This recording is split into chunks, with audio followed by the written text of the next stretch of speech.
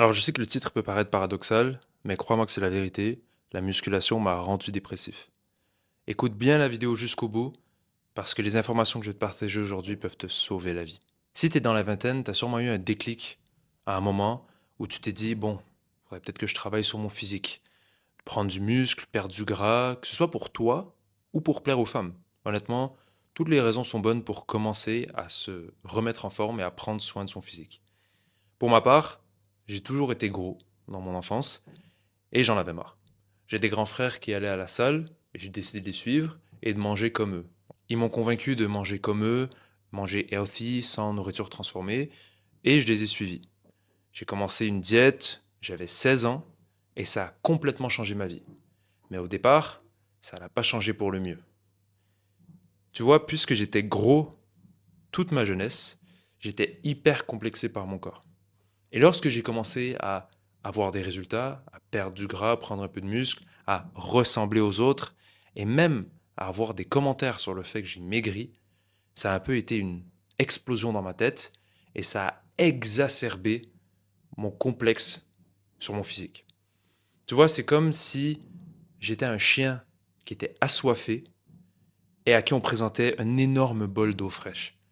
Je me suis dit, enfin, j'ai ce que j'ai toujours voulu. Là, c'est le temps de pousser au maximum. Le problème, c'est que le maximum, c'était l'anorexie. Je mangeais pas mieux, je mangeais juste pas assez. C'est pas que je m'entraînais bien, je m'entraînais trop. Et les blessures ont commencé à s'accumuler. Je me rappelle que j'avais des crampes toutes les nuits au mollet qui m'empêchaient de dormir pendant plusieurs minutes et qui me réveillaient au beau milieu de la nuit. J'avais des courbatures toute la journée, j'avais des spasmes dans les épaules, dans les triceps, dans les cuisses pendant toute la journée. En bref, j'étais tout le temps fatigué, tout le temps aigri, et au niveau mental, ça allait plus du tout. Et je pouvais, malgré tout, pas arrêter. Pourquoi? Parce que arrêter voulait simplement dire revenir comme avant. Et je préférais crever. Jusqu'au moment où j'ai lâché. Mon corps, il a complètement crash. J'avais plus d'énergie, je pouvais plus me lever. Je pouvais plus rien faire.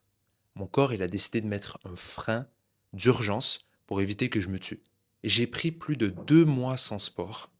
J'ai recommencé à manger. Et petit à petit, j'ai travaillé sur moi-même. J'ai réglé ce qu'il y avait dans mon cerveau, j'ai fait le ménage. Parce que j'ai compris que si je ne changeais pas l'intérieur, l'extérieur n'allait jamais suivre. Et que donc j'avais besoin de changer ma mentalité sur mon apparence pour laisser finalement mon apparence atteindre son paroxysme et avoir le physique que j'ai toujours voulu avoir. J'ai travaillé sur ma confiance en moi, j'ai travaillé sur ma comparaison avec les autres qui était ridicule. Je me comparais à tout le monde tout le temps. Soit lui, il était moins fort que moi, soit lui, il était meilleur, donc en fait, il fallait que je m'inspire, sinon j'étais une merde. Ça devenait toxique. Et bref, finalement, j'ai fait le ménage et je peux enfin dire que la musculation a eu un bilan positif sur ma vie. Mais pendant un moment, elle m'a vraiment causé de la dépression. Et cette vidéo, je ne l'avais pas pour me plaindre ou pour m'attirer des sympathies, parce qu'aujourd'hui, je suis reconnaissant d'être passé à travers cette épreuve. Mais à force de voir des jeunes commencer la musculation, je me dis toujours, j'espère qu'aucun d'entre eux ne traverse la même épreuve que moi. Et puisque personne ne parle de cet aspect dans la musculation, autant être le premier à le faire. J'ai volontairement omis de mettre des photos de moi passé et présent pour éviter que certains, dans la même situation, se disent «Oh, mais c'est pas si pire, ça va, t'étais pas si gros, t'étais pas si maigre». L'objectif, c'est pas de se comparer, justement.